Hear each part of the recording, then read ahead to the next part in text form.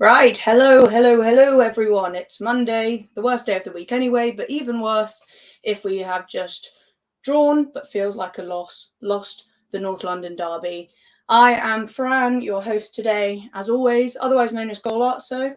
And we're going to go through the nitty gritty. This might be quite a long stream, not for the faint of heart either, because I'm going to go in on, I'm playing on my own phone. I'm going to go in on a couple of the things that happened in the match. But let me know if you can hear me okay, because my Wi-Fi's been a bit dodgy recently. Can you guys hear me okay? I'll assume so. So I think we should just get straight into it. So as you might have seen on Twitter and things like that, I will show you. I was actually lucky enough to make it to the match this time. You can see a couple of photos here. Lovely. I was so full of optimism and hope going into this match. Embarrassingly, I was on Tottenham away and only 2 of their players got into my combined starting 11. So fair to say, I was feeling very confident, probably overly confident going into it, and definitely thought, having played so well at PSV Eindhoven, that we would be winning this one for sure. Right, let me just check that you guys can see. Okay. Yeah, it's all okay. Managed to make it because Alex, someone at work, has a season ticket and he couldn't make it, so he was able to transfer them to us, type thing. And so going into London, 2:00 kickoff, really excited for the match, and I had really high hopes. It was my first time going to one of the Arsenal matches at home, so really was expecting a win, and it did not go to plan at all. So let's get into the review and then player ratings, which are my favorite bit. So let's go. Right, coming up, we're going to discuss the lineup and what you guys thought. This is just kind of to chat about all of it, try to make sense of it in my head, your head, because I'm still so shook that we didn't win it, basically. So we're going to talk about the lineup and your thoughts on that and what I thought when I heard it, and then go into a kind of kick-by-kick breakdown of what went on, that sort of thing. Then we're going to talk about, did the tactics work? Hello, everyone. Hello, Guna Gathering and Jez. Arsenal was so poor, lucky to get a point, which is not good enough in an NLD game. I want 3 points. I wanted 3 points too. I was so disappointed, and I still am.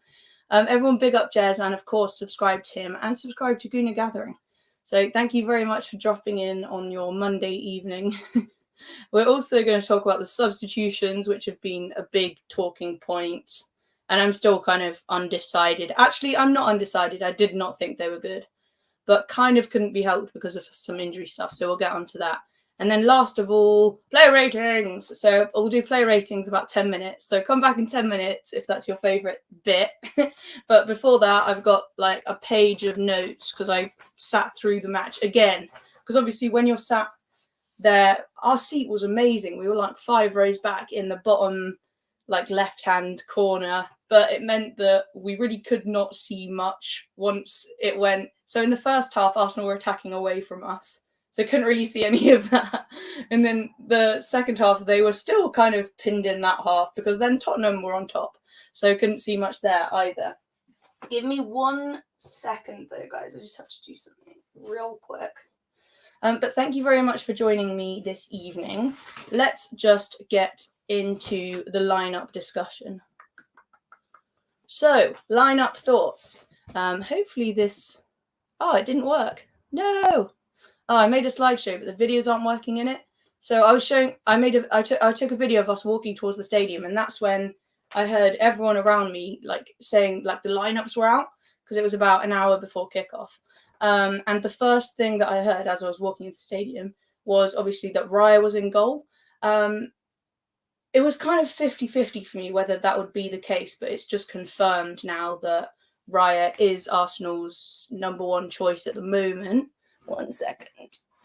And Ramsdale is benched for now. And I've told you guys before that the Raya Ramsdale thing is really not a big deal in so much as the press like having a go at Ramsdale and like taking the piss out of him when he was clapping Raya for saving the goal. Like, people obviously don't understand that you can genuinely be pleased for a teammate and happy that they're doing well, and not be feeling like bitter. And it can be a good thing having a really good teammate in the same position. Obviously, that's why they've chosen to do it. So anyway, Raya in goal, fine. I was really happy with the back four. Obviously, to me, that's like the strongest one that we've got at the moment, minus Timber.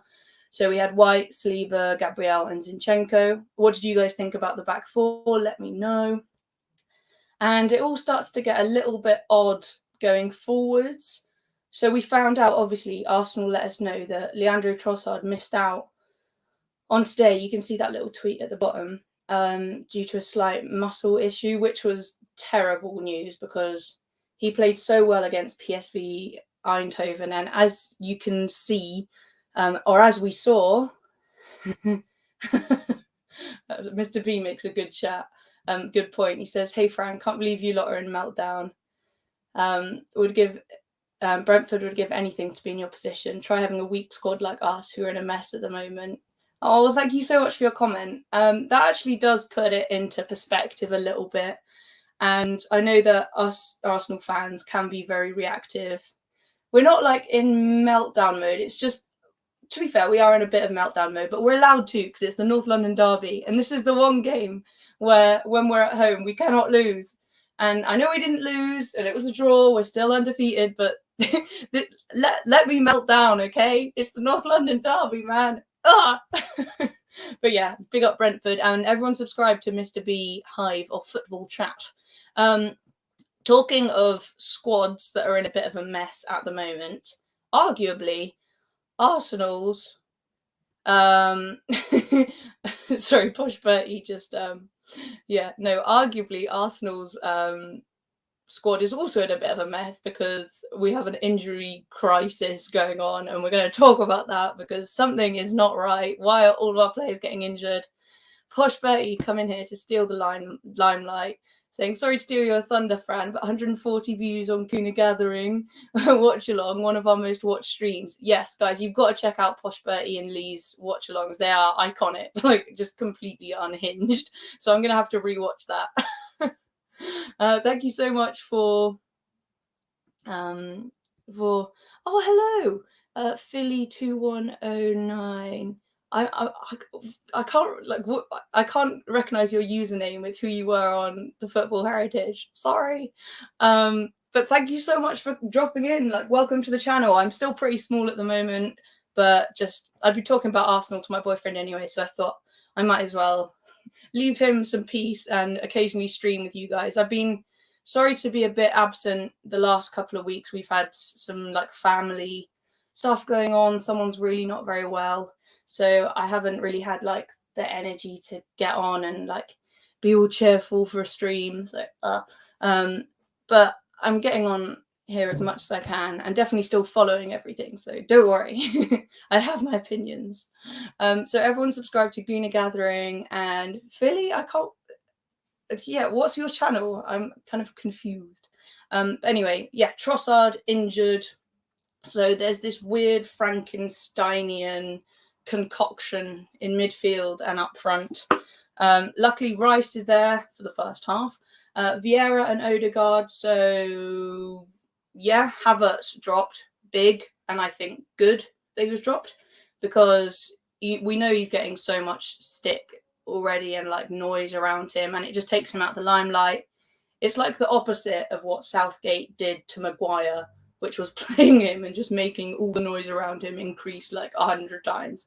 So yeah, Havertz on the bench, lovely. Everyone won't talk about him, less pressure on him. Maybe he'll play better. So all good. And then the weird part, well, not Odegaard, but Saka, Jesus, and Nketiah. So obviously Trossard unavailable, Martinelli unavailable. So Jesus goes out wide, which in theory he can play, but I think him being out there, as we saw, really was a detriment to our attacking game overall.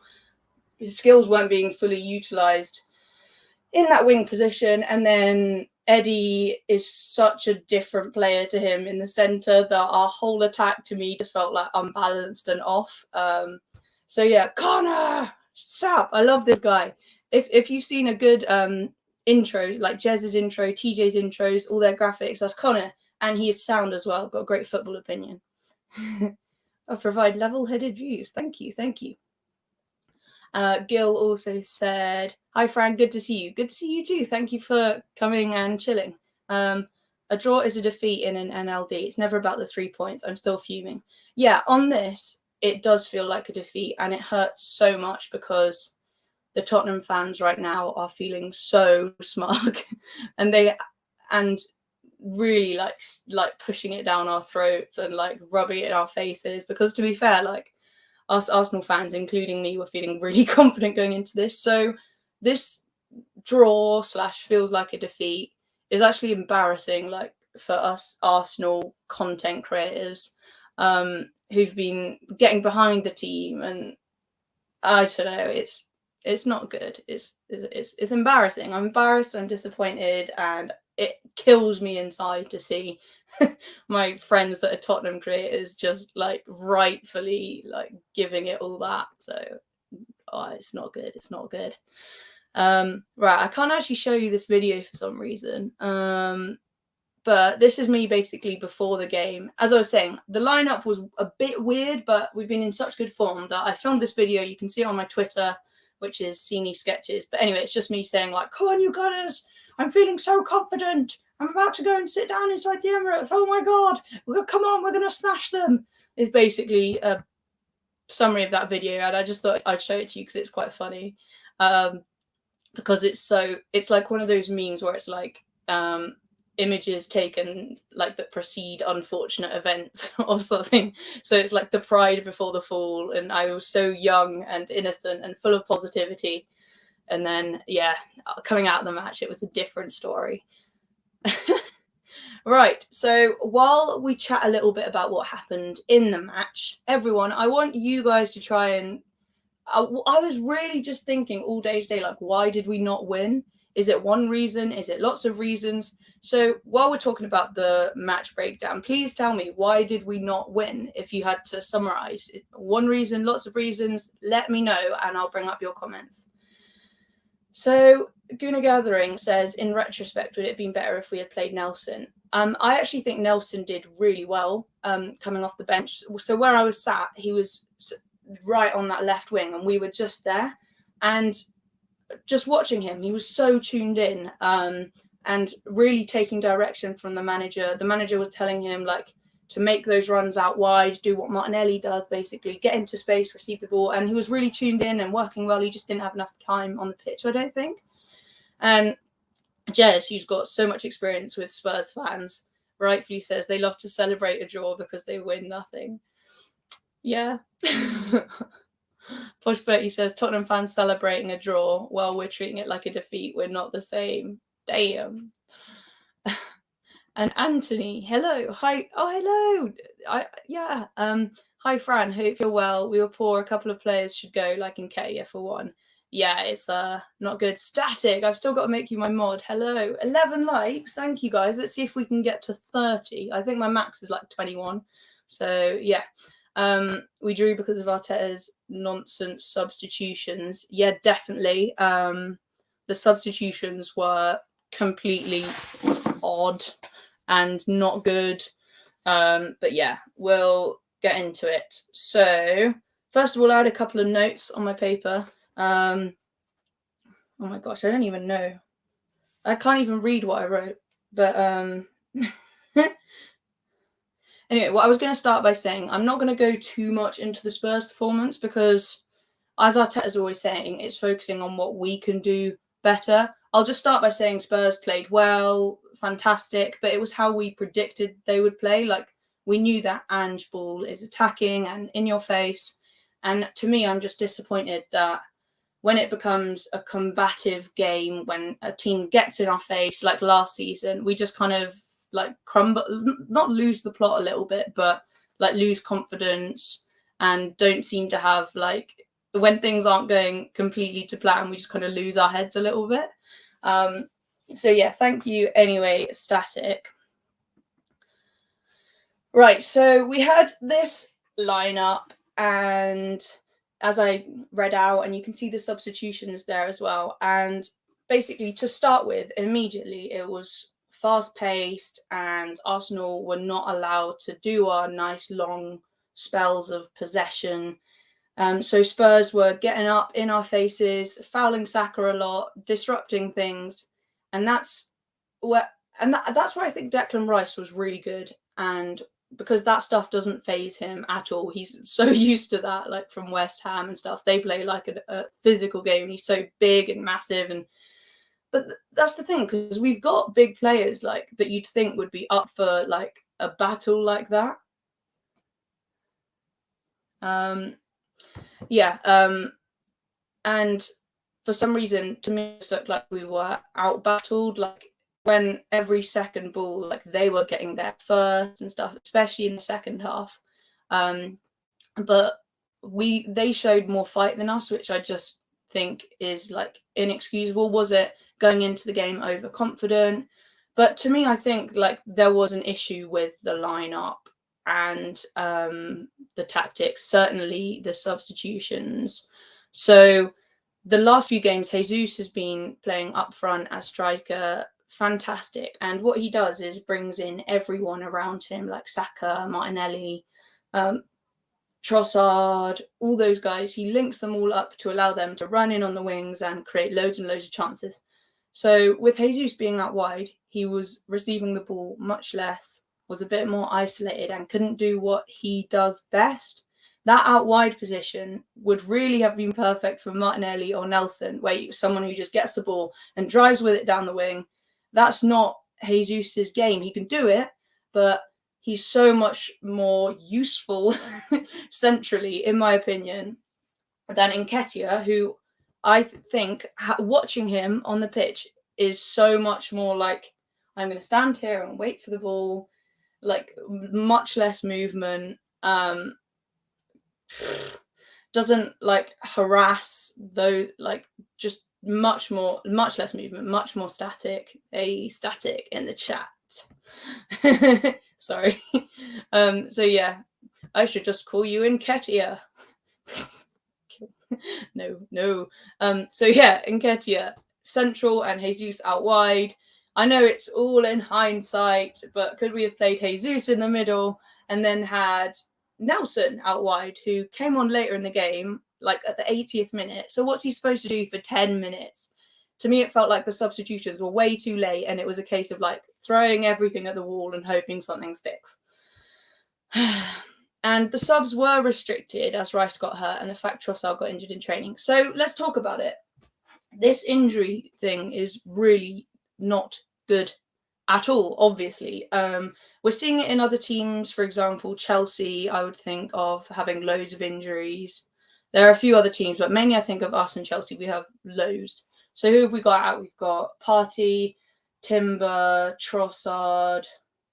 Guys, help me out here. Who else isn't available? Anyway, those guys are like key players, especially Partey and now Trossard. Remind me who is actually injured. True Gooner, Josh. I think it's Josh. Great channel. Everyone subscribe to him too.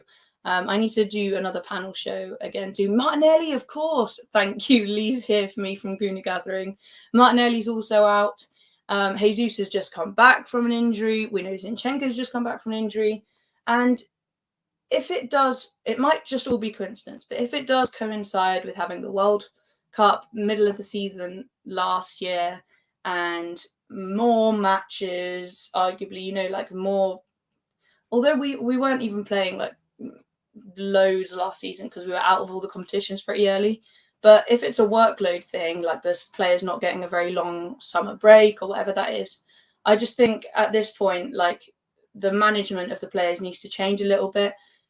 If it is something to do with the hard training ground pitches, like Arsenal, you've got money, like bring in experts, like let them have a look at the pitches, do their sciencey things.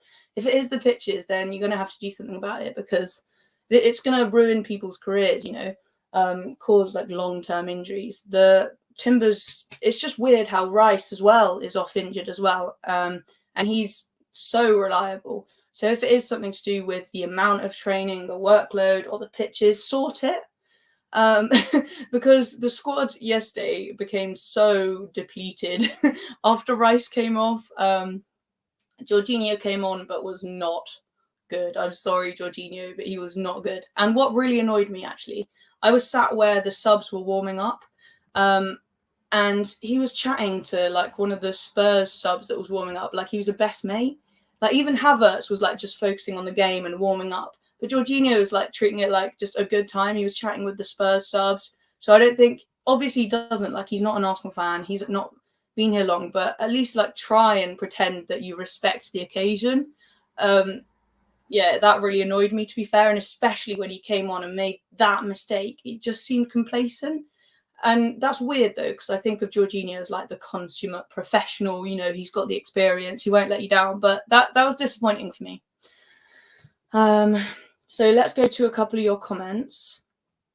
Bigging up Jez, of course. So saying that the standards have slipped from the days of Henry and Devor Suker, today's squad. I don't know if I said that right. Big up Fran, our Arsenal beauty. Why, thank you. How kind. We messed up big time in the game, give away 2 easy goals. We did not do best part. Best part, we never lost. Yeah. It's lucky we didn't lose, to be fair. Like by the end, you know, like I'm happy we got a draw. It was really bad. I understand Goonie Gathering says on that injuries thing that the injuries to Rice and Trossard aren't too bad. And I will say that I'm glad Rice was dragged off rather than made to play on, because do you remember all the controversy with the Timber injury? Like, if he was assessed at half-time, like, why not be cautious and leave him off? Even if he's saying, I can play on. Because I imagine Rice was saying, I can play on. So maybe that's directly learning from the Timber thing. And he's just said, like, no, you're not going back on. Jorginho, it's your time to shine. So, Gil, you agree that Nelson or Smith Rowe should have started on the left with Jesus in the middle, while Nketiah should have been watching Thierry Henry videos. Yeah. His work rate just off the ball is not there. I'm so used to seeing Jesus around there just like a whirlwind, like just causing chaos. Even when he doesn't have the ball, he's dragging people out of position, just constantly asking for it at his feet. Whereas Nketiah is very much like that target man. He just stands and sort of waits for the ball. And he's got a finish on him, sure, but it's detracting from like our attacking play having someone so static there, in my opinion. So Anthony asking, Fran, what player should we sign up front in January? We do need a striker. Okay, I'm totally on board with the Ivan Toney thing. I love that guy. He's such a dick though, if you'll excuse my language. But I like that. Our players are all very well behaved. And I was seeing players like Bissouma. He was like telling the lino to F off and stuff, like had a bit of bite about him. Our lads are all very polite. Bring in an Ivan Toney, rustle things up a little bit. You know, I'm cool with that. Hey, Taib. And Saka seems to be okay as well, but it's still resting for a week for Man City. Yes, I agree. Rest Saka. The last 10 minutes that Saka was on, it was just limping. And I'm just thinking, like, drag him off. You've got to protect this guy. If he's got an ACL injury, just... But then I understand in a way, because we still had 10 minutes to go. Or in the end, Saka was taken off with 4 minutes to go. So what is Smith Rowe supposed to do in 4 minutes? And actually, in the stadium as well, we were so shocked when Jesus was taken off, because he was making so much more happen than Nketiah. Like, at least he was here, there, everywhere, always asking for the ball, where Nketiah kind of just sits back and waits for it. So, but I did hear something interesting. I can't remember which video I was watching, where perhaps Eddie was left on so as not to, like, dent his confidence. That was like a theory, because it looks like he's very much like a confidence kind of player, like he needs the minutes to score a goal. But I think just be a bit more harsh. If someone's not performing, like, whip them off. That's my opinion anyway. So Phil says, if I have time, watch videos of Overmars, Suka, Bergkamp, Piers, and Emmanuel Petit. Yes, I really, really want to do that. I do need to do that. I feel so ignorant when everyone's talking about all these players, and I didn't watch them, and I haven't sat down, like taken the time to search out the videos. I think I get so distracted with what's going on right now. I don't like take the time to go back and research like all these players, so I need to do that. Would I take Ollie Watkins at Arsenal? To be fair, I haven't like thought about it or like watched him loads. So I would say potentially, but I need to look at him more to know where he would fit in. Would you guys take Ollie Watkins? So Jesus still coming back to his best from injury. Yeah, I agree. So anyway, let's get into like the goals and what happened. So anyway, it starts all combative. They're not letting us settle down and play. And when was it? So there were a couple of chances both ways. Raya had that amazing save, and we hit a few like right at their keeper as well in the first 20 minutes or so. And then I'm just trying to see okay, so 27th minute, the game had actually been quite equal, in my opinion. Like there weren't many clear-cut chances really both ways. And then 27th minute, Saka scores. It was fantastic. So Zinny, left back, had pushed up the pitch. He passed it centrally right into Odegaard, who switched it out wide to Saka. Classic like pivot. So when I used to play hockey, when you shout pivot, that's literally it. Right into the back, straight over to the other side. So all their defenders are still trying to catch up. Saka was left with a bit of space and had like smacked the ball. And then there was an amazing deflection from Romero. I think it was Romero. Yeah, very funny, very funny. Did it count as a Saka goal? Or was it Romero? We'll count it as a Saka goal. Yes. So yeah, amazing.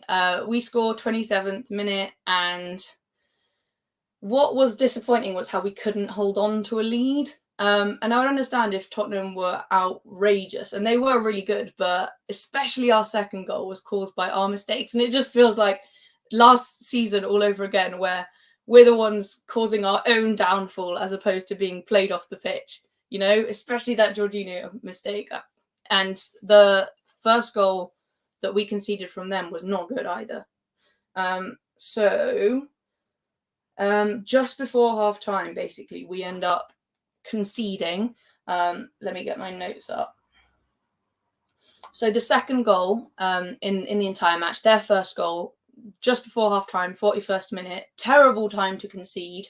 They make it 1-1. And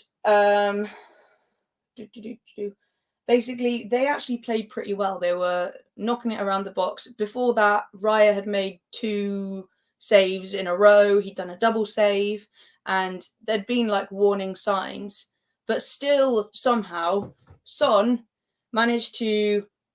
So there was a bit of passing around with Maddison and I think their other guy, Johnson, and they whipped it into the middle of the box for Son, who was running in, and he manages to get the ball even though there are 4 of our defenders around him. And I cannot. So Saliba was on the floor. Gabriel Magalhaes was there as well. Zinchenko was there, I think. White was there. All 4 of them were just like sitting ducks, and then Son like zoomed through the middle and just got the ball. And to me, that's inexcusable. Okay, I understand zonal marking and stuff, but at some point you've got to scream like, someone man mark Son when Maddison's got the ball out wide. Someone just stick to him like glue. They were all kind of around him, but he zipped through, got his foot on the ball, and they scored. And then, as I was saying, so the corner where I was sat, like we'd been giving the Tottenham players like a bit of shit. Sorry about the language. Some of the songs were really funny, but like really annoying them when they were taking corners. So then, of course, Son scored, and Bissouma especially, he's nasty. He's like mean. He's come over and like swearing at us, and like swearing at the linesman. I was surprised he didn't get like a warning or something. But yeah, they really gave it to the Arsenal fans when they scored, because it wasn't, they would have had to sprint the whole way back to like celebrate with the Tottenham fans. So they really gave it to us, and just before half time, so it was such a horrible time to concede. So then I was thinking, please, like, let's score again before half time, going into it 2-1 up, amazing. Like, it was a sloppy goal though. And before that as well, Raya had cleared it, but right back out into the box. So people have been questioning whether Raya could have done better. But to be fair, like, it was a good save. But I mean, as a keeper, you do have to be aware of where you're palming it out to. You just have to have your hand at the right angle, I'm pretty sure. And it goes out like off the back line or out wide. And he palmed it straight back into play, which kind of led to the goal in the end. But he'll know that, and he's a good keeper. And well, it's not his fault. It was just sloppy defending. So Romero own goal officially, thank you. And Gil says, what was the atmosphere like in the stadium? When some Arsenal fans say a draw is a fair result, you kind of feel the intensity has dropped for the NLD. That's it really. Like, it's my first time doing a Prem home match in the stadium, and I don't know whether, and also I know I'm so lucky, and I never want to like brag that I got there, but it was just like really fortunate that Alex's boss couldn't go, and then we managed to make it. But I really feel for the people that can't get there and stuff. So yeah, it wasn't as like loud and like booming as I thought. I was a little underwhelmed actually, like walking in, and that's no offense like at all to anyone. Like, the fans are trying their best, but I noticed like, so when your section is quiet, you're just gonna, it's really hard, especially if you're not like a regular. I really wanted to like start everyone singing more, like, come on, let's get the noise up, let's get the noise up. But if you're the only one doing it, like, it's really like, I found that the crowd is like one like beast moving in unison, and like everyone has to be in the mood to sing, kind of thing. Like, if you just do it on your own, like, that, not everyone's gonna join in. So I was really wanting like my section to sing more and stuff, and I don't know. But what I will say is that the Ashburton Army, those guys, I know some people like take the piss out of them or whatever, but I think they're great. Obviously, they managed to organise a little tifo. They had the flags and stuff, and the whole way through, I think the fact that it's a group of them and like they don't care about looking silly or whatever, they were just going the whole way through the match. I think they're fantastic. I think we should have one little group of them on every 4 sides, but I don't know. I don't go very regularly, so I might be totally wrong. But yeah, I thought the atmosphere could have been better. So yeah, maybe when we're away, our away fans kind of find it easier because it's a smaller group, and getting everyone to sing at the same time is easier. I think when it's a whole stadium, it's like a little bit harder. But I want our stadium to be like Newcastle, like they're all completely like intense. I felt the section I was at was like a bit more family orientated, so it was pretty quiet. Posh Bertie says, funnily enough, last time I was at the Emirates Stadium, a 2-2 draw in the London Derby. So, Bertie, you and I must just not go. And Lee, we'll just stay away because, yeah. The result in the end, though, like, was actually really fair. So disappointing, but I was just glad we didn't lose. So let's, we're going to go on to player ratings next, okay? But let's talk about the subs just a little bit. Actually, we'll talk about the subs in the player ratings. Are we ready for player ratings? I hope you're ready, because I'm ready for player ratings. So it's time.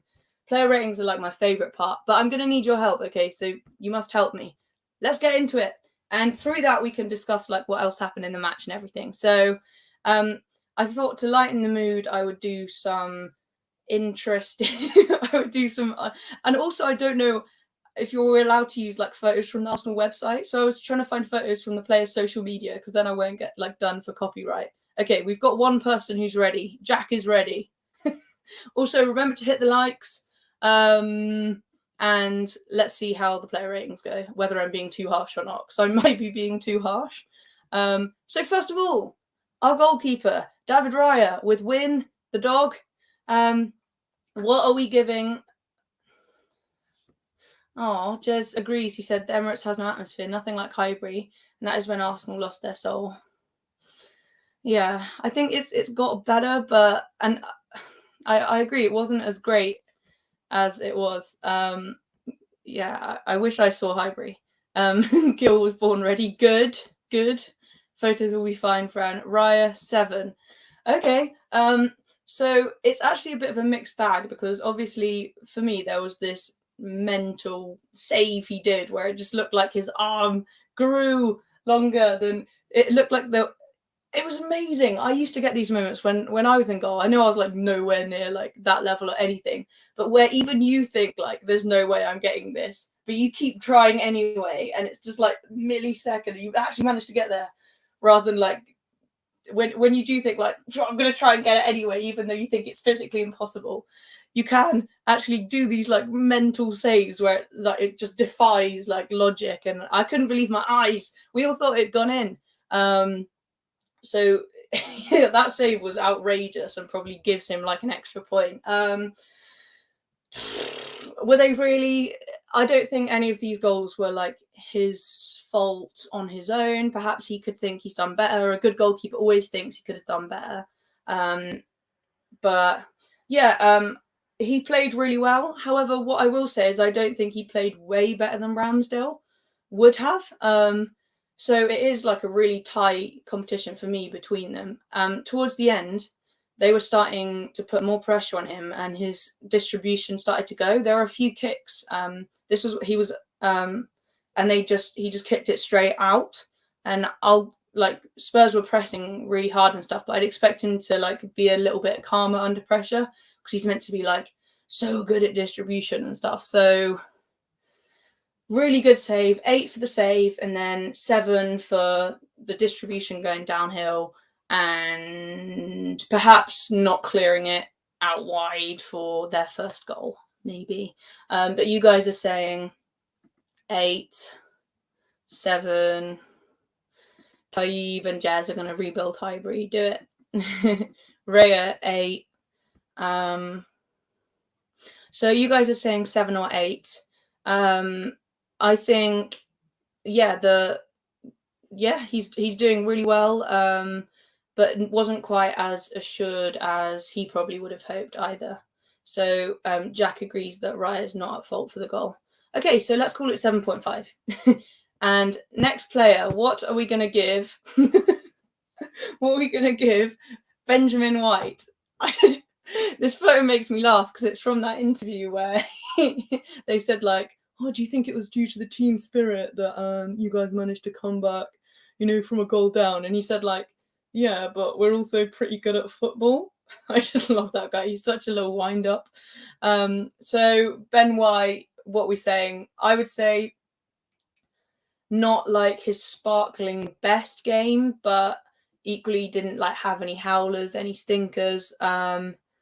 He was here, there, everywhere, linking up with Saka.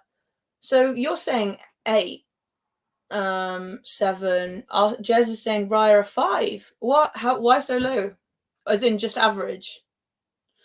Actually, we should work out. So 5 is going to be average. Yeah. 10 is like the best performance of their lives. So yeah, I'll give Ben a 6. Yeah, Jez agrees. White, Bertie went. Is that a -7 or? Or is that White -7? Because it looks like you've given Raya and White -7s. So let's go 6. Let's see if I wrote anything about Ben White. He didn't really stand out to me. He's kind of a player that doesn't steal the limelight, does he? He just does his job. He's funny in interviews, but I don't even really have many notes about him, which in a game like this is a good thing, because I certainly have notes about Jorginho. So yeah, did his job. Perhaps could have helped Saka out. I would say that maybe 5.5, because what I was thinking very much was that when Saka got the ball, he had no one to pass to, it seemed, because Jesus normally is there. He's always there, ready to receive a pass, and he's all the way out on the other wing. Nketiah isn't like saying, "Give me the ball to my feet." He's just kind of hoping you'll find him over a line of defenders. So maybe Ben White could have done more 1-2s with Saka, but that's just minor details. So we'll stick with this 6 or a 7. Let's call it 6.5. So we've got 7.5 for Raya, 6.5 for Ben White. Yeah, that's the bit. So if Raya had punched the ball at the first cross for their first goal rather than flapping with his hands, it would have been a different game. Yeah, that's the moment where you think, yeah, he could have done better there. And he's older than Rambo. You don't expect like these kind of like head loss kind of nervous moments. So Ben White 6.5. Let's go on to the next. This is Big William, Big Saliba. For me, there was one really good moment. I can't remember which player it was, where he just completely span him, just like mugged him right off, which to me, and you know what? He's massive. Like being up close and personal, him and Havertz are so tall. And when he runs, Saliba, it was like it feels like one of his strides is like 3 of a normal person's strides. He's just like beast. He's massive.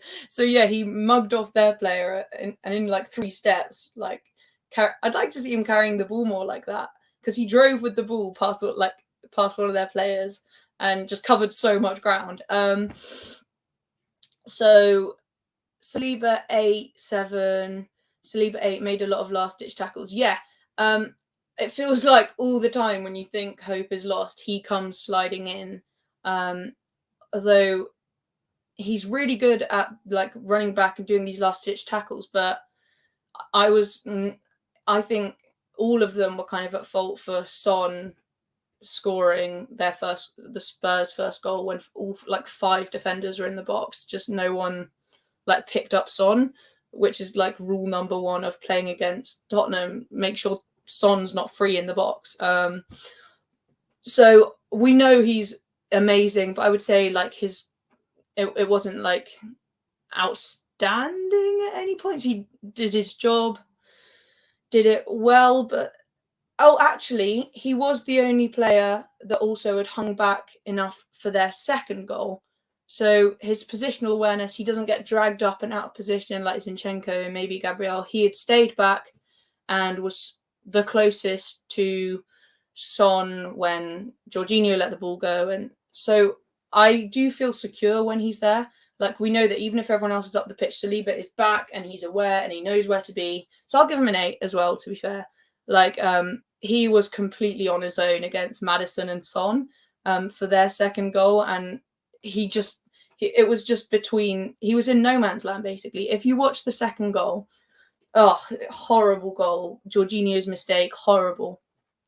But I think Son gets the ball and he's dribbling with it, and Maddison's got it, and Son's coming down parallel, and Saliba was just in the middle. He had to go to the person with the ball, but then that left so he had to go to Maddison because Maddison's clear on goal with the ball, and then that just left Son totally free, and all the other defenders were just like sprinting back to try and help him, but Saliba was totally on his own. Not much more he could have done. He was in the right position, but it was just he was trying to control Maddison and Son, who were like breaking free. Not much he can do. He's fantastic player, but not like scintillating. So 7.5. Next we have Big Gabriel Magalhaes. I thought, oh no, Jez is in the chat, and Jez, you don't like it when I like talk about how cute the dogs are, because no. So I just thought this was funny because like even Rambo and the other players say like he's such like a hard like fighter, and just with this little dog it just made me laugh. So Gabriel Magalhaes. What do we think? I would say 6.5. What do you guys think?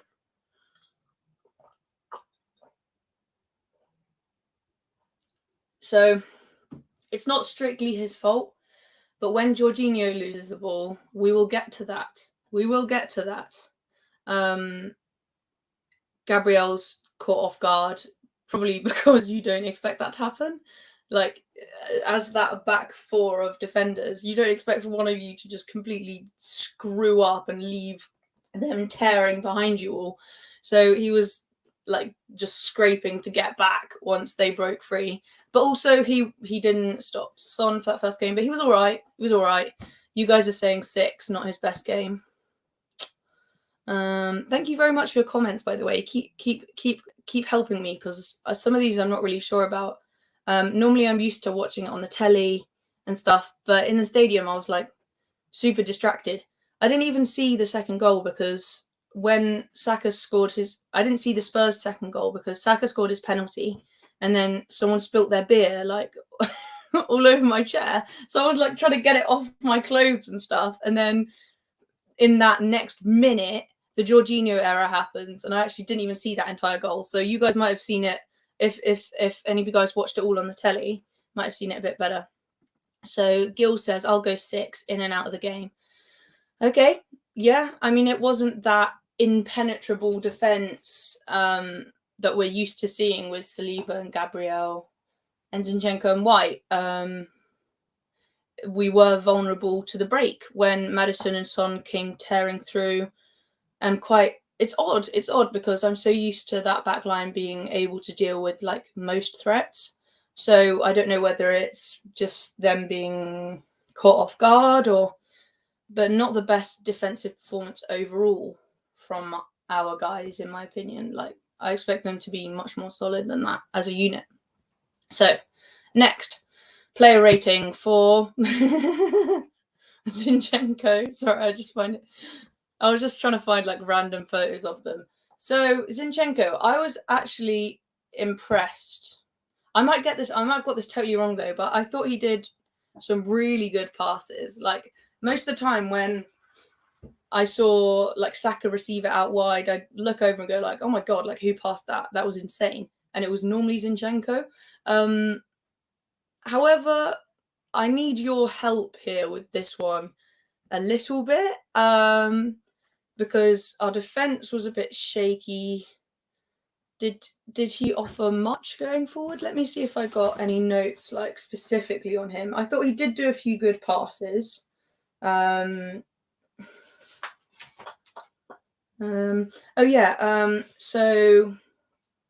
it was Zinny. He was definitely a part of the first goal. So he started the switch, which went Odegaard, Saka, and then in the goal. So he's getting good at these like longer range passes. But I would have liked to maybe have seen him get involved a bit more. As I said, like when Saka's on the ball, to me, like our attack was just like in front of Rice, there was just like nothing.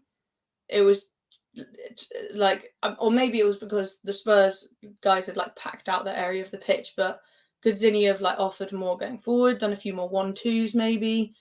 Perhaps the idea was that he would link up with Jesus on the left wing, but that didn't really seem to happen from where I was sat. 16 likes, guys. Let's see if we can get to 30. I think 20 is my maximum, so please lend me your fingers for a like. That's weird. Okay, so Jez, you think Zinny a 5? Yeah, I mean, just not his best, really, I suppose. Maddison was just left to run Raya, and that's kind of his responsibility too. So you're saying Zinny didn't have much of an impact, to be honest. 5, and 6. So maybe that's why I'm struggling to give him a score, because he just wasn't involved that much, apart from the odd good pass. So Jack's saying an 8. So great stuff, Fran. Saliba was definitely a 7. Okay, so from the plays we've done so far, Saliba was clutch. Like, he really saves like the whole team's ass, basically, a lot. I would be quite annoyed, like, with everyone around him dropping the ball and him having to go in again. Like, oh, fine, I guess I'll deal with it then. So you're right, Saliba is just that guy. Everyone else was between a 5 and a 6. So yeah, you guys seem to agree that Saliba was good, and then Zinchenko, Ben White, Gabriel, just not their best game, especially defensively. And the build-up play was sloppy and non-existent as well, we couldn't seem to string together more than 4 or 5 passes without losing the ball. We didn't, no. And the passes, actually, I do remember Zinchenko and Gabriel Magalhaes, like the balls were really slow. Just the ball pace across the grass, it was so slow. So just a bit more ball pace, a bit more intensity. Let's move on. So next we have Mr. Declan Rice. Obviously, we can't judge him on a full 90 minutes because he's gone off at halftime.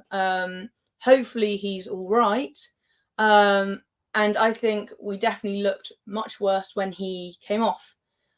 So I was keeping an eye on him quite a lot, and it just seemed he's so good. So his defensive positioning is just spot on. He can sense danger so early and knows exactly where to be standing to like completely put a stop to it. He wasn't phased by the physicalness of the game, and he never really, to me, seems to like stand out like, oh my god, what a massive baller.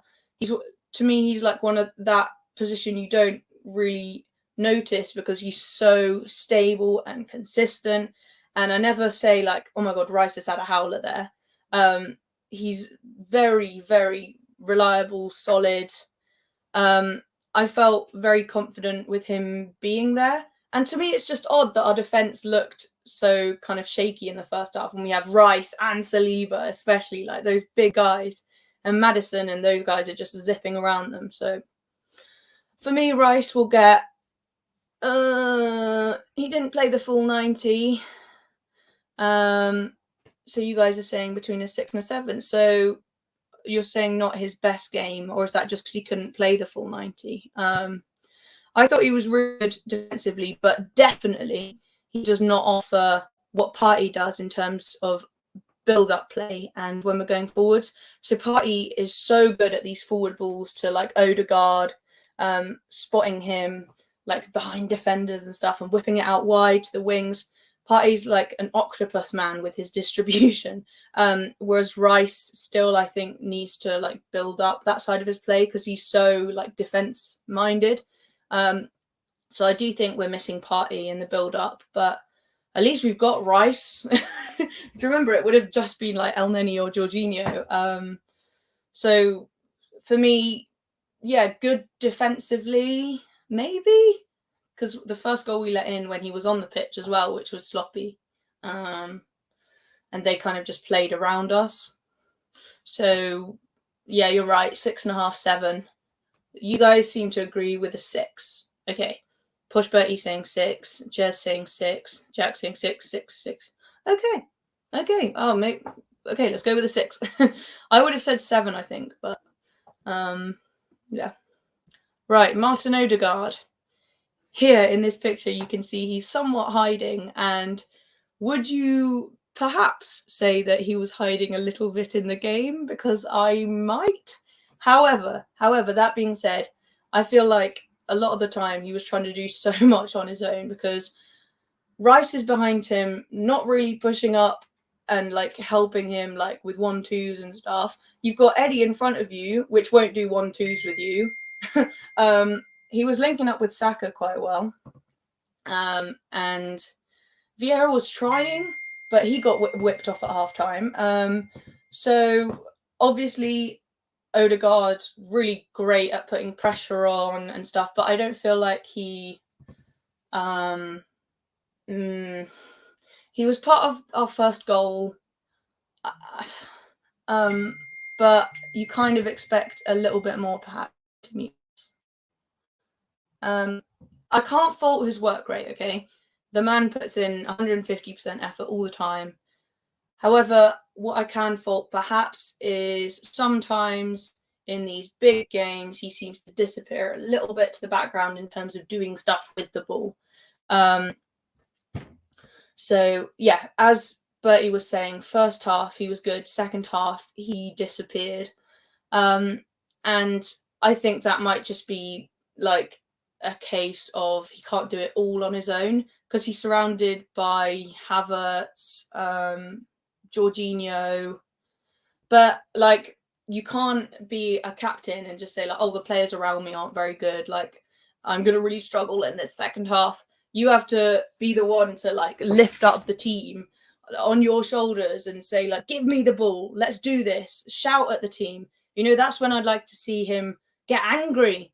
You know, tell Havertz like, get on the ball or whatever. So I love the guy. He's a great player, but maybe a little bit more aggression in the second half, a bit more leadership could have done us the world of good, I think. So you guys reckon 5 and 4 static, saying 18 likes, like and subscribe. Thank you. We're going to try and get to 30 for the first time. So please hit the like if you haven't. And let me know what you think of Odegaard. So you guys seem to agree. And I think 5s and 4s are fair, and like our expectations of him, because he's played so well recently, are rightly higher. So it's good that we're saying like that performance wasn't good enough. Yeah, he didn't stand out, and as the captain, you should stand out and make things happen. So yeah, but he did have a good part in the first goal. What other notes? I'm just seeing if I've got any more notes about Odegaard in particular. I just think overall, like, attacking was really disjointed and disappointing. It felt like there was an upper pitch donut. So where Odegaard was, and like the front 5 just were not connecting at all, really. In fact, like none of our passing across any of the team was good. Was that because Spurs were disrupting us? I don't know. But yeah, anyway, let's go on to the next player. Jackson, you hit the like twice. Thank you. 4.5, 5, 4, 5. Let's call it 4.5 then. Yeah, he just didn't do enough, did he? Did not do enough. Next up, we've got this beautiful and handsome man, Fabio Vieira. Although I'm not sure that Jez, you'll agree with us using his surname today. Let's stick with Fabio, as Curtis calls him, Fabio V, when he's not had the best game. So teabag. Let's teabag Fabio Vieira. He obviously started the game playing in the Xhaka position, and it's tricky because he played really well at PSV, and kind of I can't help but think in these more physical, combative games, he doesn't like stick up for himself very much. At one point, he got wiped out by one of their midfielders, and I turned to my boyfriend and I said, like, don't do that. He's only small, which was a joke at the time, but kind of like made me realize, like, yeah, he looks like he's getting like picked on, like a kid getting bullied at school, like so to me it was kind of back to the old Vieira, where we think like he's not physical enough, he's not big enough.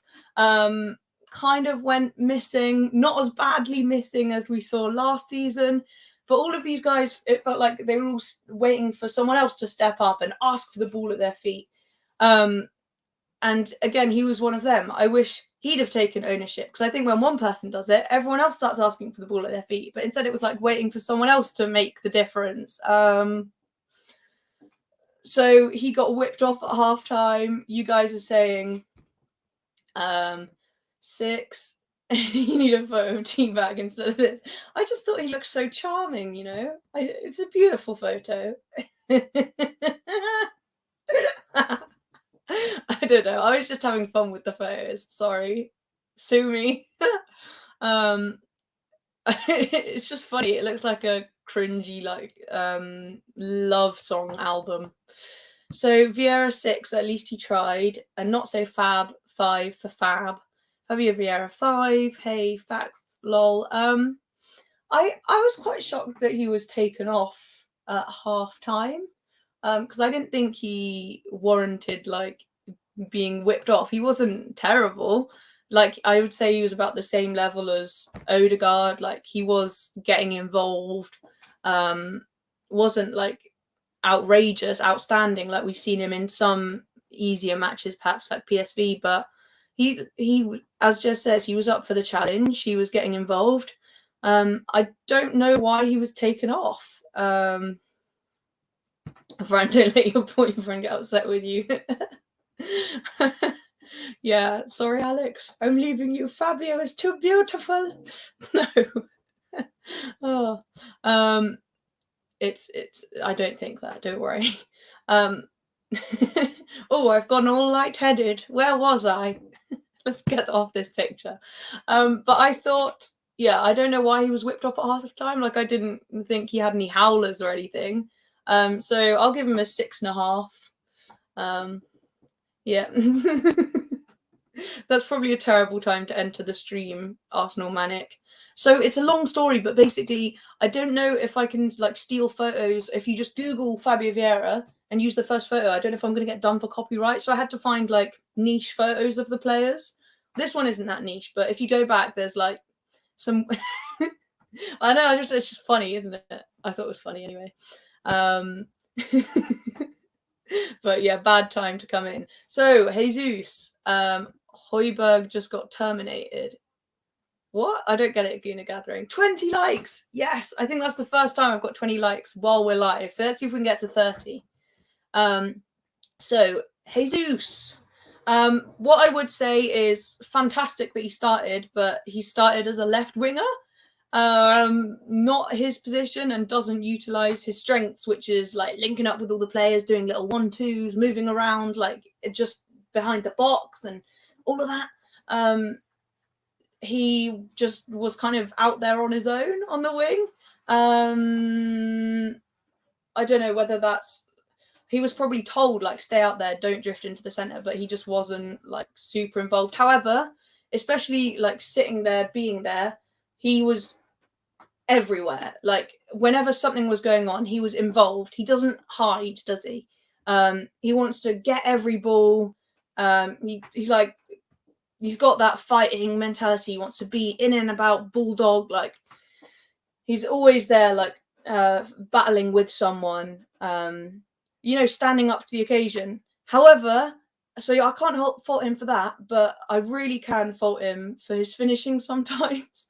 Like I can give 150% all the time and always try and be involved in every tackle, but that doesn't mean I can be a clinical finisher. And that's kind of like the Jesus we saw today, where those are goals that like Haaland scores, and are those the fine margins that sets us back from City, like not having these like dead cert finishers? So yeah, Jesus misses a relatively easy chance. No chances are easy at Premier League level, but some are easier than others, and you really want your striker to put it away. And obviously, like this is the area that lots of people say we can improve on, getting someone that's a little bit more clinical. So yeah, I think his game was really good, except that he was out of position and he missed a sitter. I just think he wasn't really able to excel playing out there on the wing. He's great when he's right at the centre, disrupting everything, causing chaos. But yeah, then missing a sitter, like you can't really excuse that, can you? So,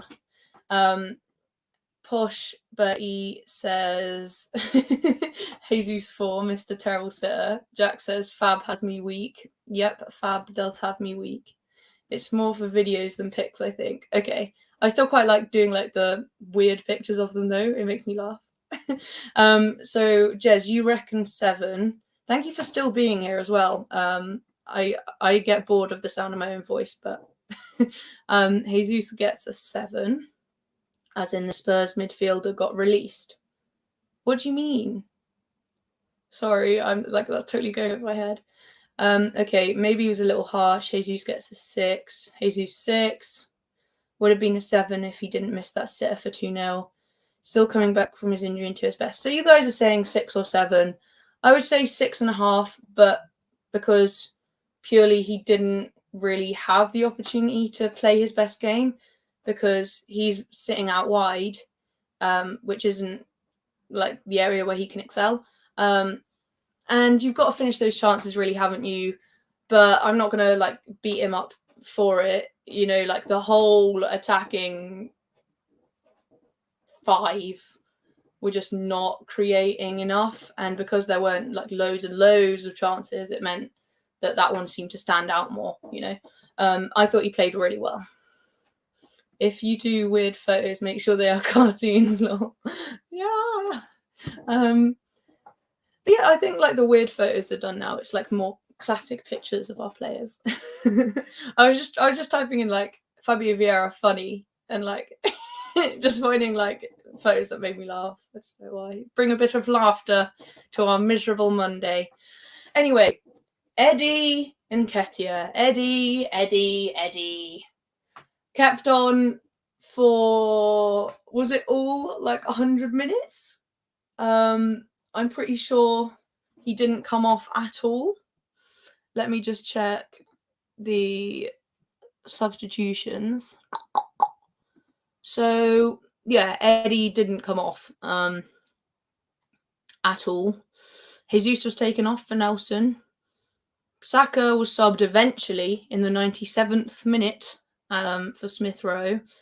And Vieira was swapped for Havertz. I thought Havertz did all right, actually. We'll get to Havertz. But, oh, no. Let's talk about Eddie. Eddie. I was thoroughly unimpressed with Eddie, and I feel really harsh because people are always saying, like, the players watch these shows, like, you don't want to be too mean to them or whatever, but I can just say what I saw, and I might be totally wrong, but to me, he waits for the ball to come to him rather than trying to get involved himself. Like, we've all had players on a football pitch, or like hockey pitch or whatever, where like they are dogged, like every second of the game they're saying like, give me the ball, I want to make something happen. Do we see that from Eddie? No. I saw him like waiting just for someone to find him with a nice long range ball, and if they did find him with a long range ball, then he didn't seem to have like the physicality to win the header. The Spurs guys wanted it more. So yeah, I was just not very impressed with him. So guys, you tell me your thoughts. Ignore that his contract with his agent expired. Oh, okay. So it was like a termination thing. Højbjerg. Oh, cool. Goodbye, Højbjerg. Fran, it's good to have a laugh. You are funny. Thank you. We love hear your voice. It is a good vibes we having here. Great. That's great. Good vibes. Please make a portrait of Jez and Arteta having a warm, friendly handshake. Oh, that would be beautiful. And I'd have to make Jez hold Win the dog as well. I think that would be a beautiful Christmas present for you, Jez. Would you like that? Eddie 10. Are you joking? Eddie ain't no Henry. Let's give me a 1 out of 10. Can you give 0? Is there a minimum? Stag saying, Frank, get ready. You guys tell me what you think of Eddie. Are you joking? Oh, he's joking. Great. There's my dartboard. Eddie 2. Nketiah 0 rubbish. Waste of 110 minutes. Worst striker for Arsenal ever. In all seriousness, 2. 4 for what? Guna Gathering. Look, there's the bloody goal there. Try and get the ball into it. Fran, I knew you'd mention Win. I love Win, man. I'm team Win. So, yeah, Eddie, whatever. After a certain point in the game, it's not his fault that he's being kept on. I feel like his attitude, like, sucked. You've got to seek out the ball. I didn't ever see him running towards Saka when Saka had no one to pass to. I want to see him making a run, saying, give me the ball to my feet. And I just didn't see that. It's a lack of proactivity. For me, that was disappointing. You say, like, you want to start games, and that's when you're going to get your chance to perform. But you need to step up. Eddie, if you're watching, make it happen. If the game isn't happening for you, you're not receiving the passes, you've got to make them pass it to you. Yeah. So that was the problem. I'm going to give him 3, because I don't think it's his fault that he stayed on for the whole 110 minutes. I would have liked to personally have seen Jesus move into that position, That would have really glued together the attack a bit. And then have Nelson out on the wing. Okay, like Arteta, you gave Eddie a chance. Yeah? Take him off. It wasn't working. He wasn't doing it. I was not happy. Yeah. Strong tackle, shot at near post. Oh, that shot at the near post. Just yeah. Jez saying no chance, Fran. Maybe with a pint poured on his head. On the dog's head, mate. Static bigging up the dog I looked after when I did your. You need to see that dog. Okay, at the end I'll show you, but it like stood up.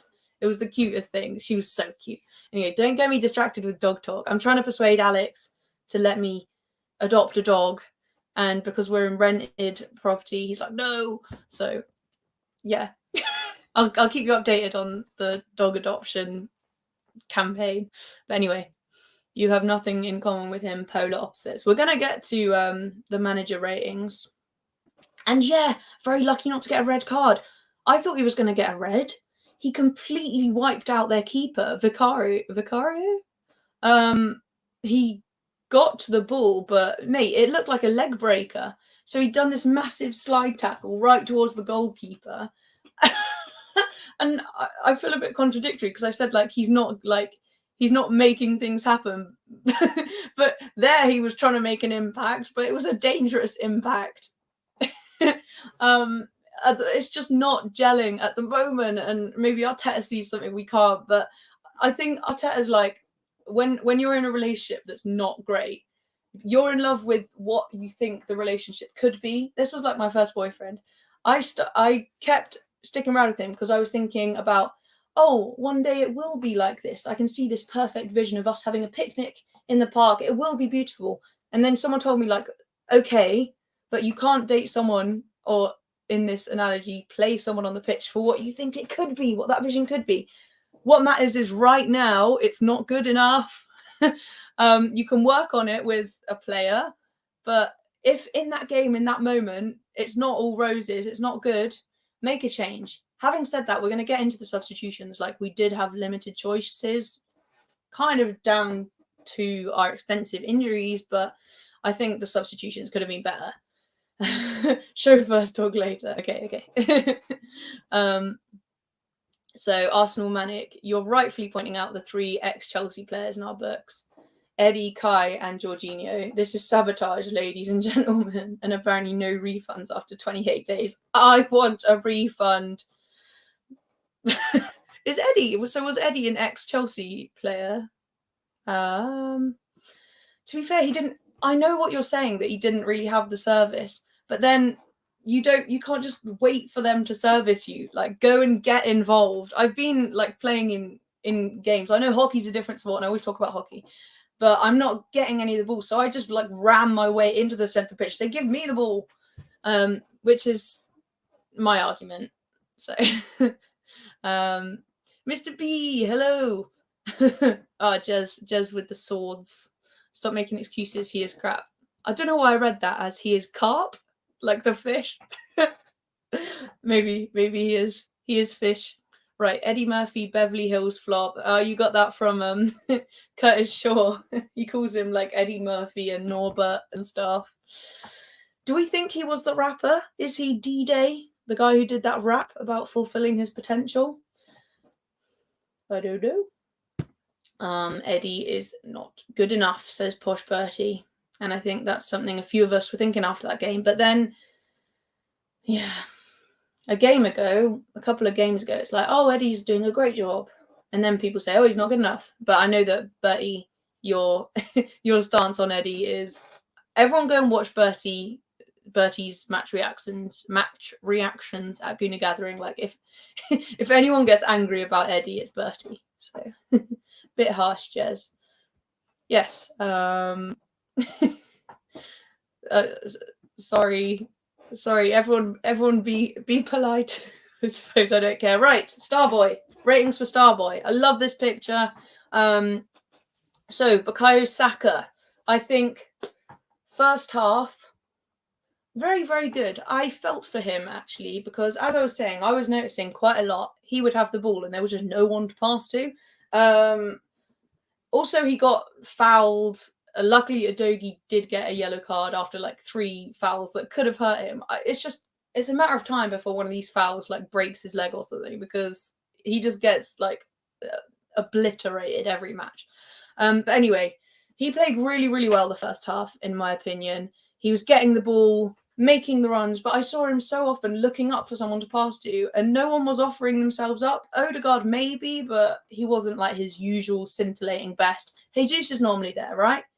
There was no one really waiting in the box. Eddie could have been crying out like, "Pass me the ball, Bukayo." But to me, it just seemed like he was being asked to do too much. And every attack we had was going down the right wing, it felt. Because we didn't have Martinelli, and Jesus doesn't really do the whole running down the line thing. Everything was going up the right wing towards Saka, and it was getting a bit stale, in my opinion anyway. What do you guys think? Let's have a look. 22 likes. Let's try and get to 30. Yes. Right. All love and respect to Jez. Guna Gathering Lee is like the most polite channel in the world. Get rid of a talent like Balogun, keep talentless Eddie. Don't mention Balogun, Mr. B. No, it's too soon. Maybe we should mention Balogun. With Eddie playing the way he is, and us sending Balogun, who scored, what was it, like 20 goals in the French league, away, it just makes me doubt that decision a bit more. Yeah. I wanted Balogun to stay so badly, and he didn't even get a chance in pre-season. And Eddie's here, like, doing nothing at the North London derby. Right, you guys are saying for Saka, anyway, 5. I think he was good in the first half. And we can't forget he scored twice. I was very nervous when he went up to take that penalty, and he buried it. You know, it was a great penalty, and we've had these moments where he misses these high-pressure penalties, so I think that's a bit harsh giving him a 5. Arsenal Manic saying, had we had a fully fit Rice and Partey partnership in midfield, do you think the result would have been different? And also, why was Fabio taken off? Okay, I will answer that question now while you keep giving me your Saka ratings. Yes, Rice and Partey partnership. I do think we were missing Partey's passes going forwards. Rice still isn't quite as good as Partey at making things happen, passing balls to our more attacking players, if you know what I mean. Would it be attacking enough? Arteta seems to be convinced that we need this box-to-box kind of left 80 nippy player, but that's kind of what Odegaard's for. We haven't really seen... He seems to either play Rice or Partey and play them both as like that deep number 6.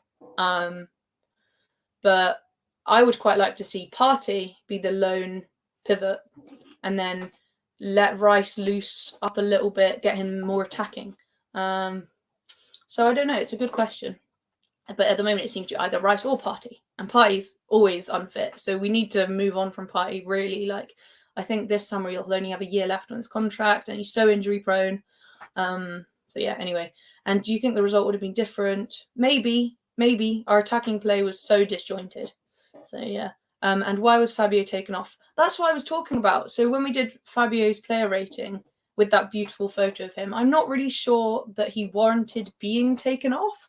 Maybe there was like a pre-agreed like competition between... So he says, maybe Arteta said to them, right, Fabio, you're going to play the first half. Havertz, you're going to play the second half so you can play better.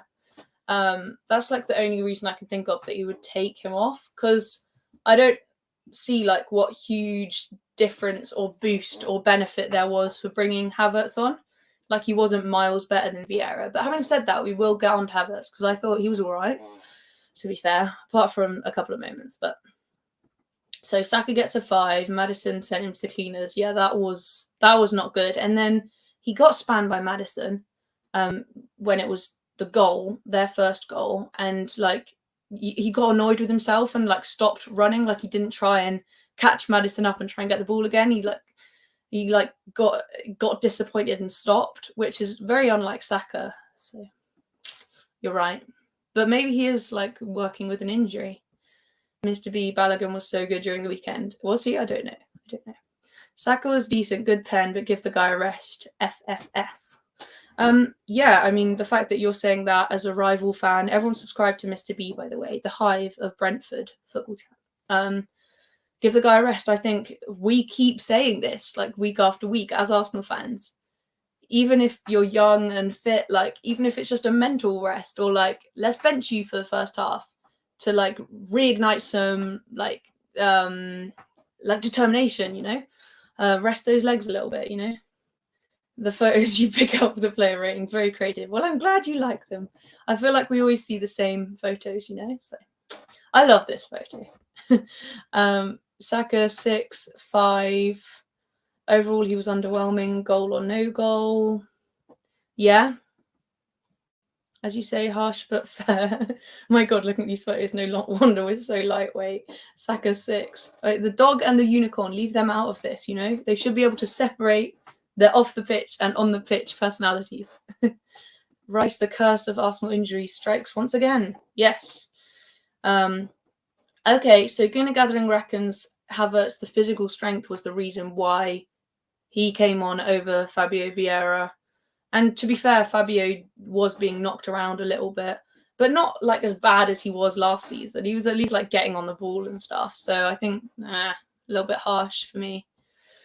Arteta had a prenuptial agreement with Fabio and Havertz. I've heard it all now. It wouldn't surprise me. It wouldn't surprise me. Missed 2 pens. Yeah. Saka go on the wrong side of Maddison. Yes. So I feel like maybe I'm biased because just I love Saka, but he was really on his own, like in trying to do like everything. And is he nursing a slight ankle injury? But again, he really did fade in the second half. First half, he was good. He was making things happen. Second half, really faded. Players like Maddison started to take over. He got completely spanned by Maddison, as we said.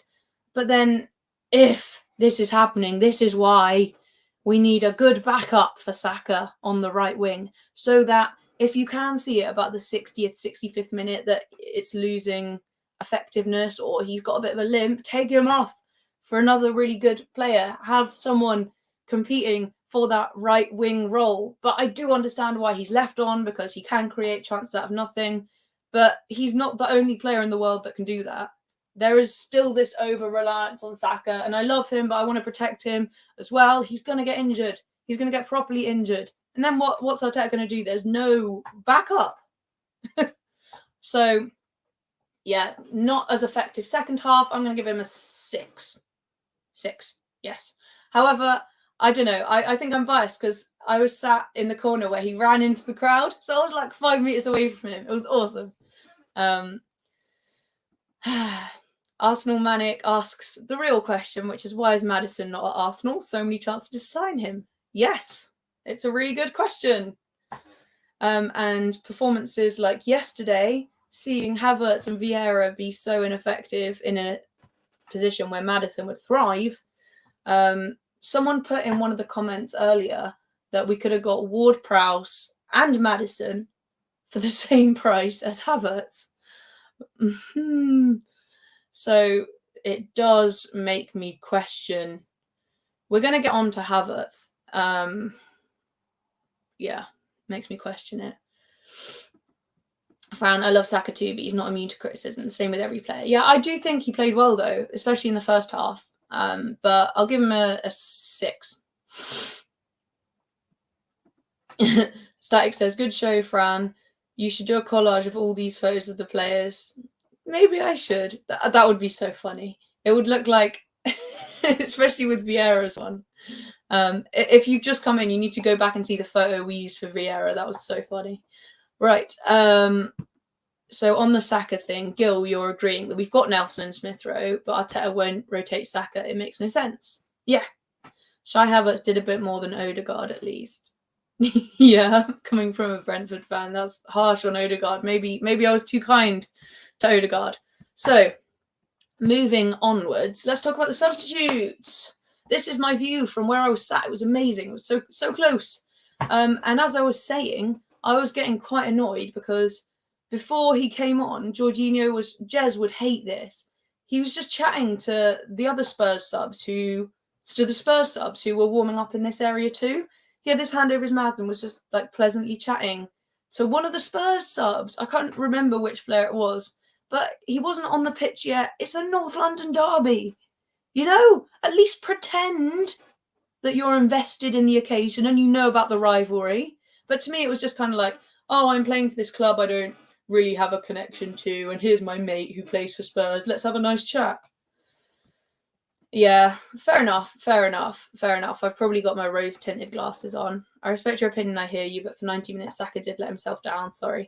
I'll have to rewatch it and like pay a bit more attention. I mainly focused on the first half, to be fair, so yeah. I need to like properly watch him in the second half. So right, what are we gonna? So I'm gonna start with Jorginho, you guys. So as I said, first of all, that annoyed me, seeing him just chat to the Spurs players. I mean, I don't know do I have a right to be annoyed? This was before he came on. I understand after the game, but before that annoyed me because, as I said, this was my view where I was sat. This is a photo I took. And he was chatting to the Spurs players, so that annoyed me. And then when he came on, felt non-existent to me, Jorginho. I feel like he's heralded as this confident player that will solidify the defence of a team and help us close out a result. But we lost a 2-1 lead with him on the pitch, and it was basically his fault. I rewatched them. So we're 2-1 up. All we need to do. So Saka scored the penalty in what minute? Second half. Anyway,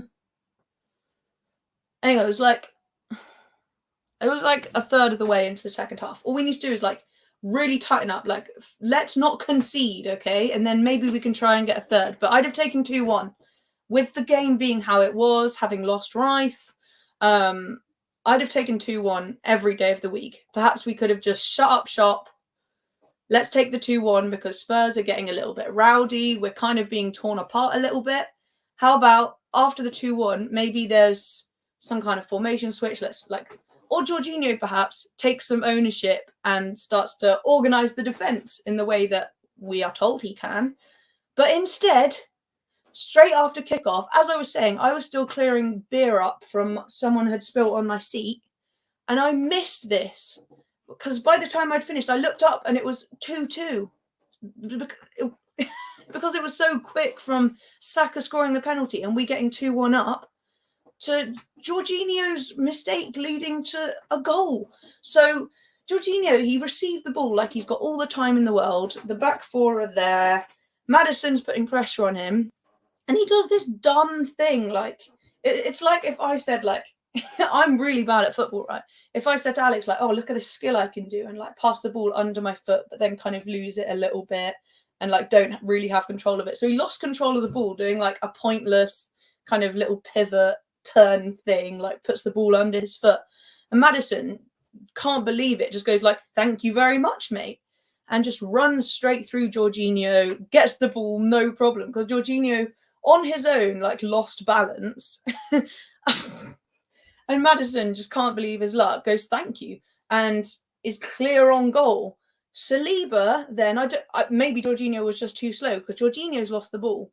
But Saliba was the only one who managed to kind of keep up with Maddison, but then was stuck with a 2-on-1 because Son was there as well, and Saliba couldn't really do anything. Jorginho was still jogging back from the halfway line. It was such a terrible mistake. Such a terrible mistake. Jorginho, you're too good. You have too much experience for this.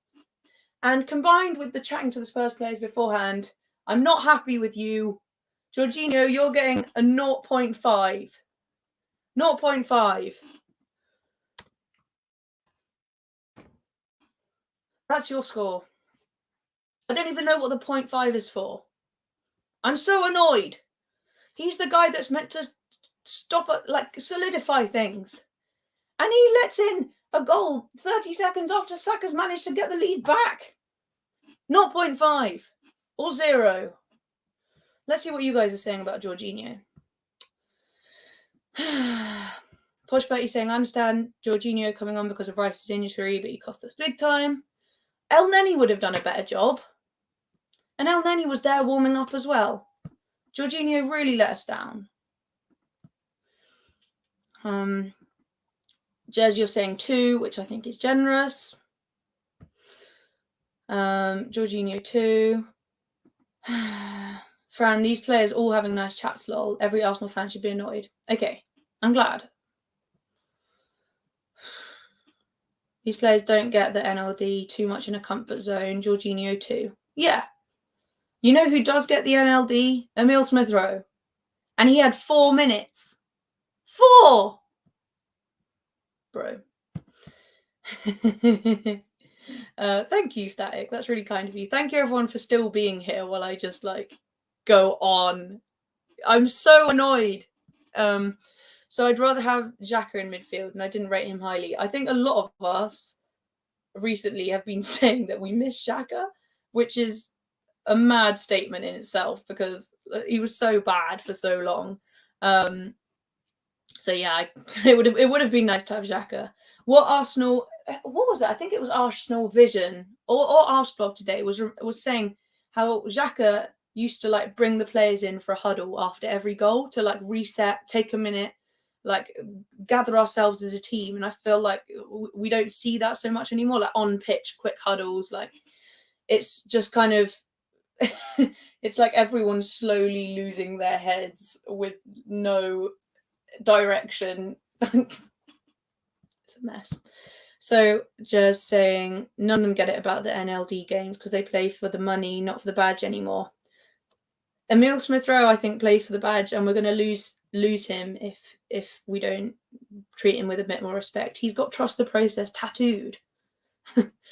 So you guys are saying Jorginho 0, 0.5. Getting rid of Xhaka wasn't the problem. The problem was we replaced him with a worse player. Yeah, certainly worse at the moment. Right, let's move on to Havertz. One more comment about Jorginho. So Arsenal Manic. Oh, Static, thank you so much. Static, the master. Honoured to have you in the chat. He is the mod of all the best channels. So unfortunately, he's got to go. Great stuff tonight. Keep up the good work as always. Keep doing the previews and reviews. It'll boost your channel. Yes, I need to do it. As I said, it's been a bit difficult personally at the moment. I've got some family stuff going on. But I'll try and do as many videos as I can. Thank you so much for your help tonight, Static, and I'll see you again soon.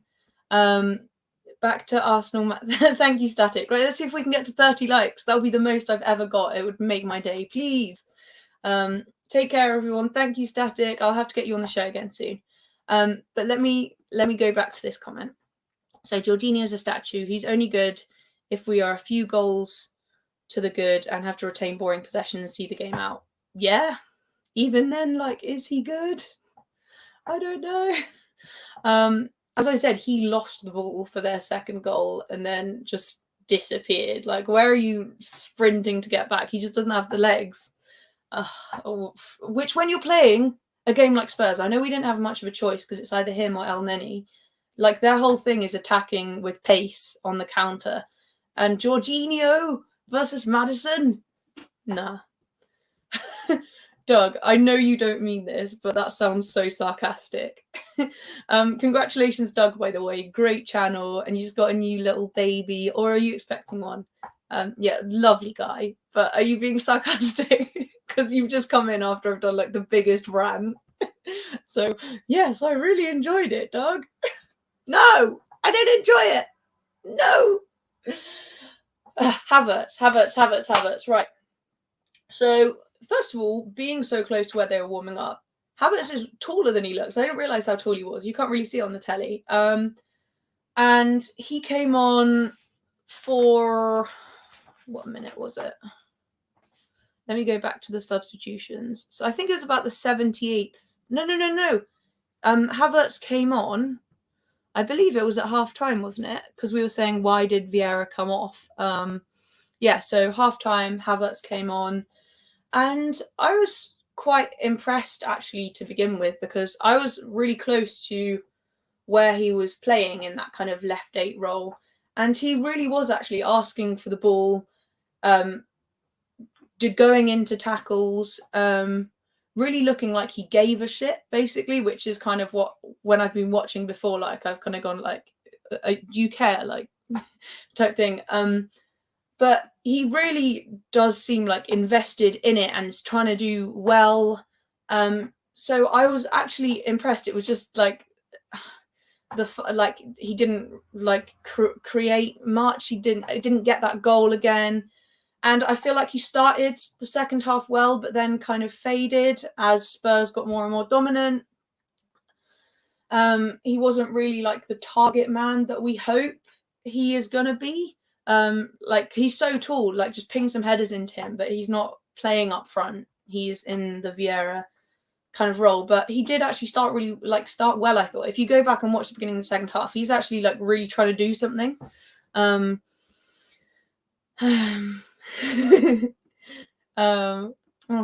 you. Yeah. Thanks. It's not good. It's not good. It's not good. I don't want to talk about it though, in case any of my family are watching. But yeah. So Doug's saying it was a genuine question. Oh my gosh, guys! Doug's baby's due date is tomorrow. Ah, that's so exciting! I wouldn't be able to sleep if I were you. If nothing happens tomorrow, it's going to be like the longest day. So really, best of luck with everything. You're going to make a great dad. You're so awesome. So yeah. Oh, that's so excited. You must let me know how it goes. Let everyone know. Just post it on Instagram or something. So yeah, that's very exciting. Mr. B, Jez is saying good luck to you and enjoy, mate. And Mr. B again saying congratulations, Doug. Yes, completely agree. But anyway, back to Havertz. Yeah, I thought he started second half well, but then didn't do anything really in the later parts. The later parts, I felt like we were just scrambling, and I'm just glad we didn't concede. So Havertz, I'm going to give him a 6.5. I saw moments of like, oh, this could actually work. He was kind of imposing himself on the game a little bit. Maybe that was because I was just sat really close and was like focusing on him, but I thought he did well. So I'm going to give him a 6.5. Oh, we're at 25 likes. Gil, you've taken over from static. So 14 watching. Damn, 25 likes, 5 more till a beer and Doug's baby.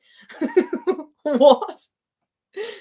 It made me sorry, that made it sound like you were going to give me Doug's newborn child, and a beer. I don't know why my brain went there. But yeah, 26 now. Niall's here. Guys, we're at 26 likes, might get to 30. Amazing. 26, that's how old I am. 1 like for every year of mine on this earth. But yeah, everyone's very happy for Doug in the chat. Let's finish up these player ratings.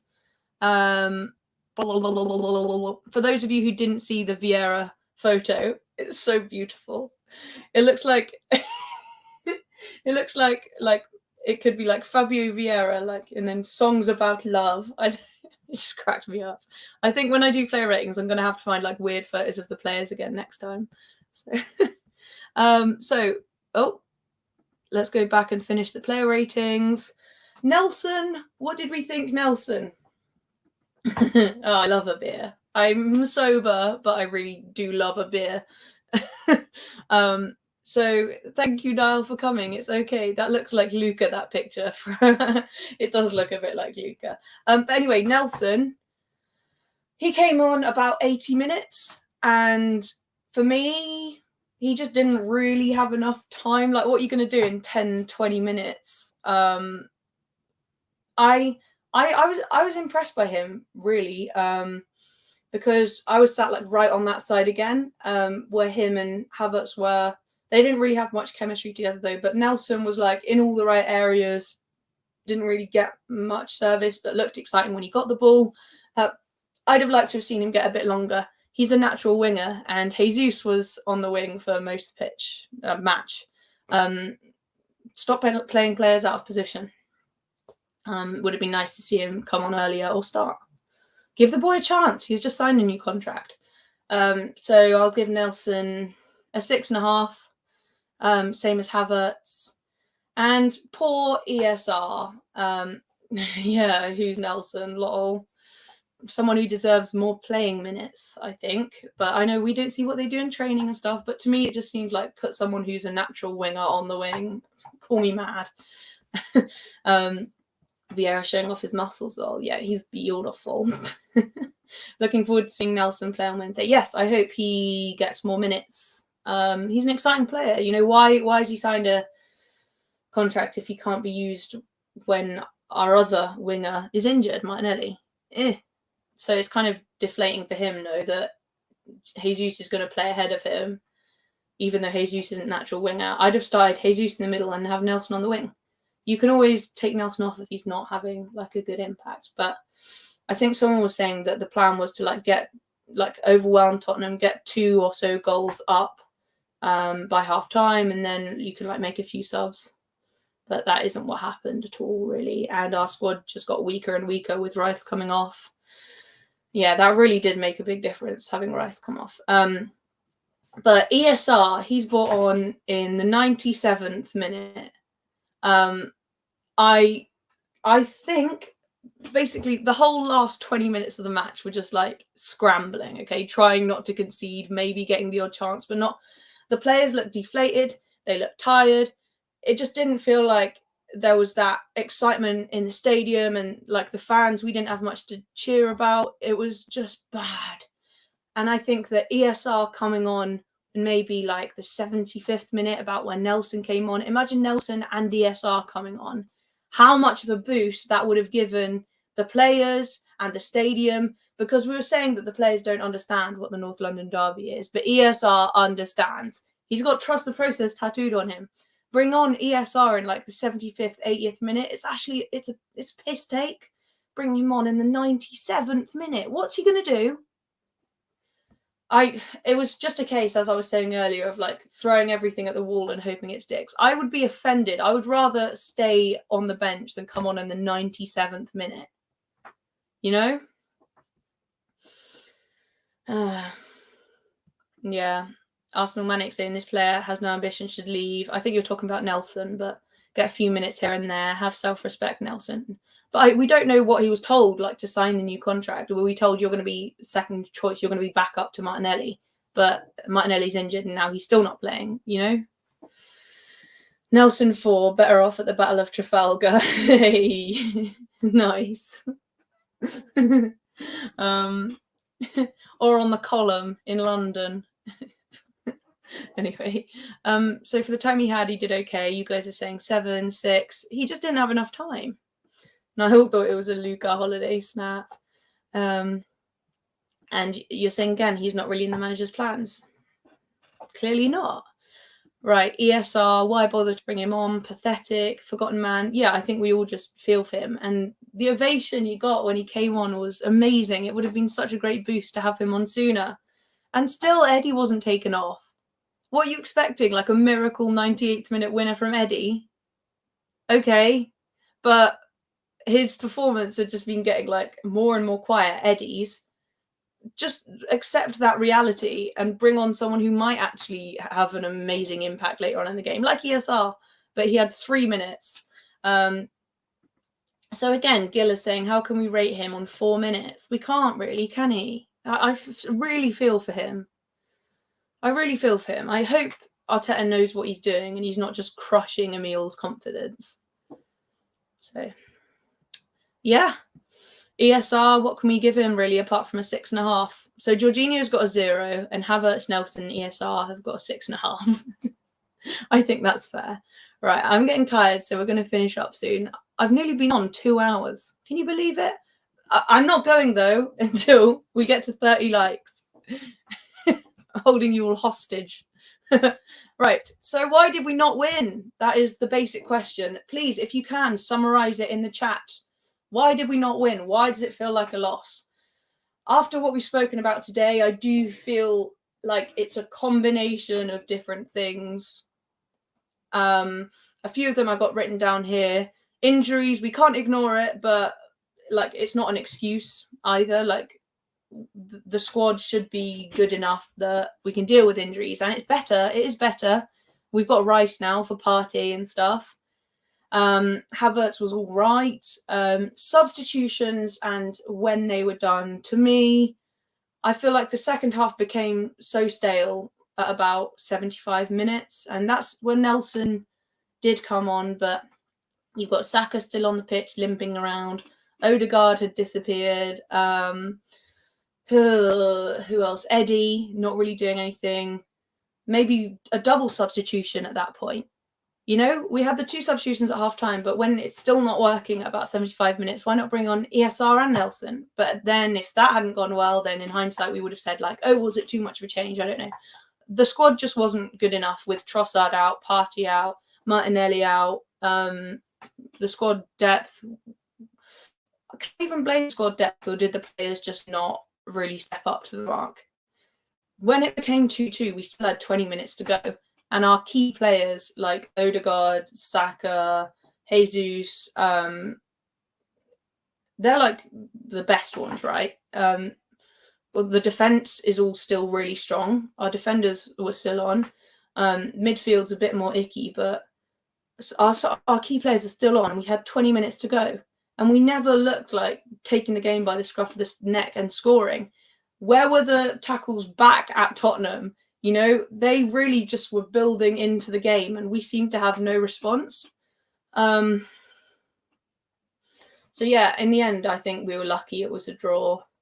It was really disappointing. It felt like we couldn't change the tides. You know, when you feel, you know it's a draw and we don't look like scoring, but what options are there? I mean, perhaps bring on ESR earlier. You know, it's not our job to answer these questions. It's on Arteta to know what to do when things aren't really looking like we're going to score.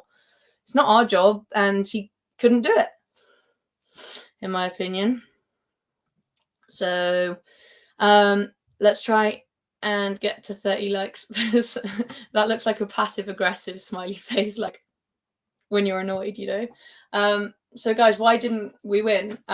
Spurs, were they good? They were quite good, but they're kind of the first team minus PSV in the Prem that have like, it's just the same, as I was saying, the same problem that have like come at us.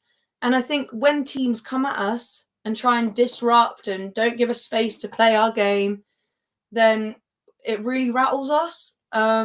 Less so with Rice now, I'll admit, but all the kind of forward guys, those guys, you know, Odegaard, Havertz, Vieira, Trossard not so much, but Trossard's injured.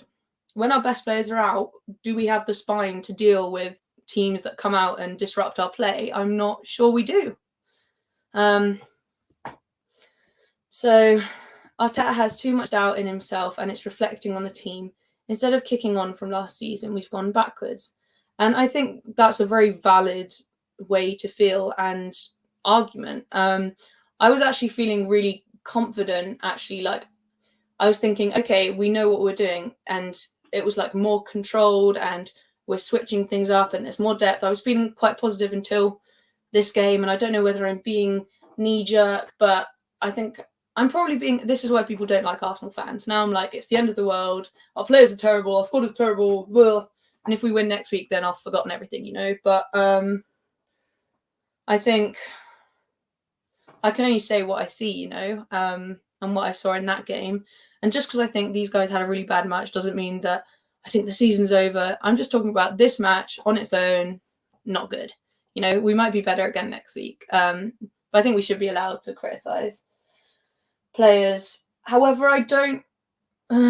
I think we're about the same as last season. I wouldn't say we're worse than last season. But we'll have... I don't know. I kind of have the feeling that maybe I'm being overly optimistic that it'll like really come together by the end. But, you know, it's too much of a risk, like you're saying. It's Arteta overthinking. Why bring in Havertz when... Oh, Lottie, hello!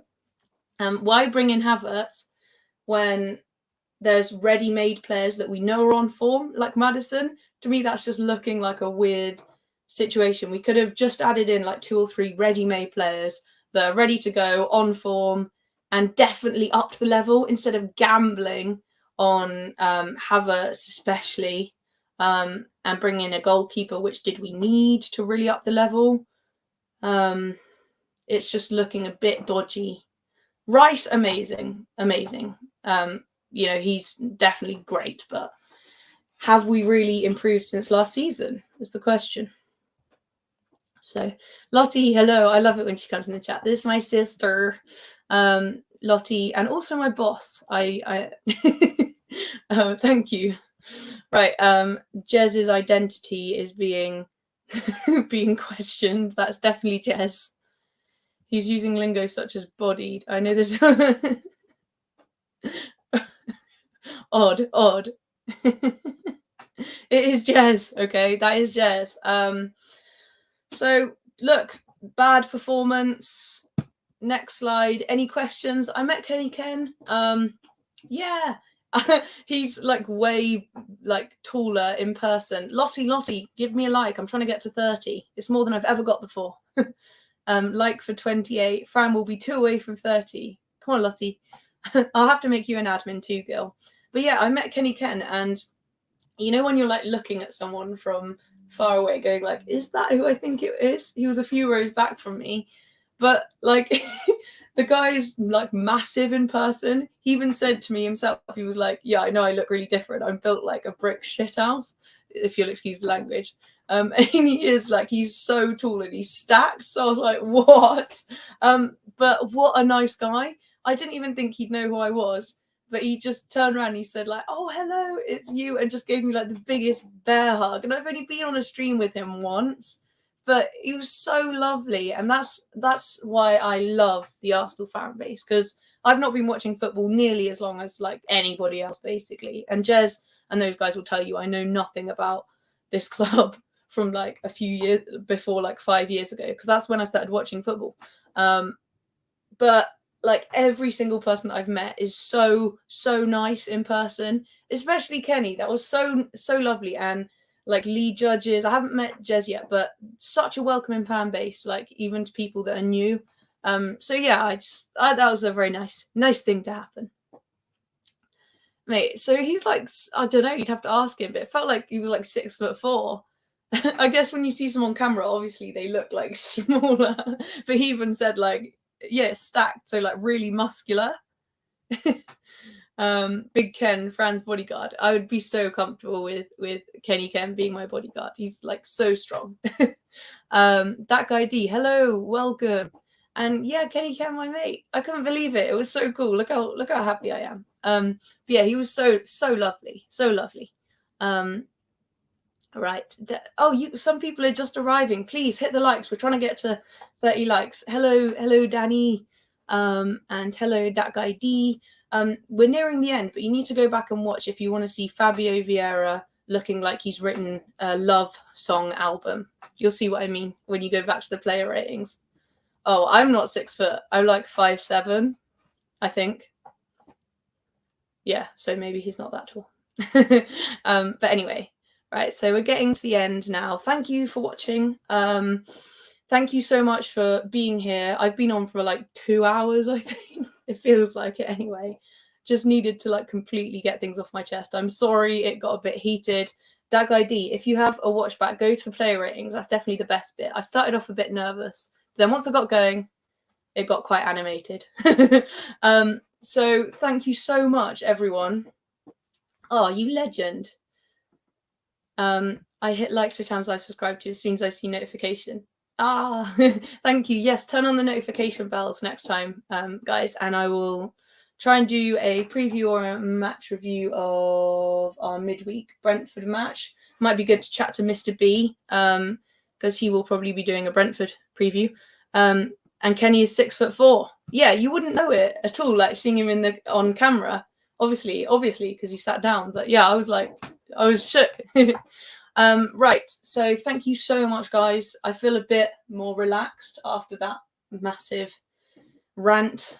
I can't believe it's been nearly 2 hours. There's a height.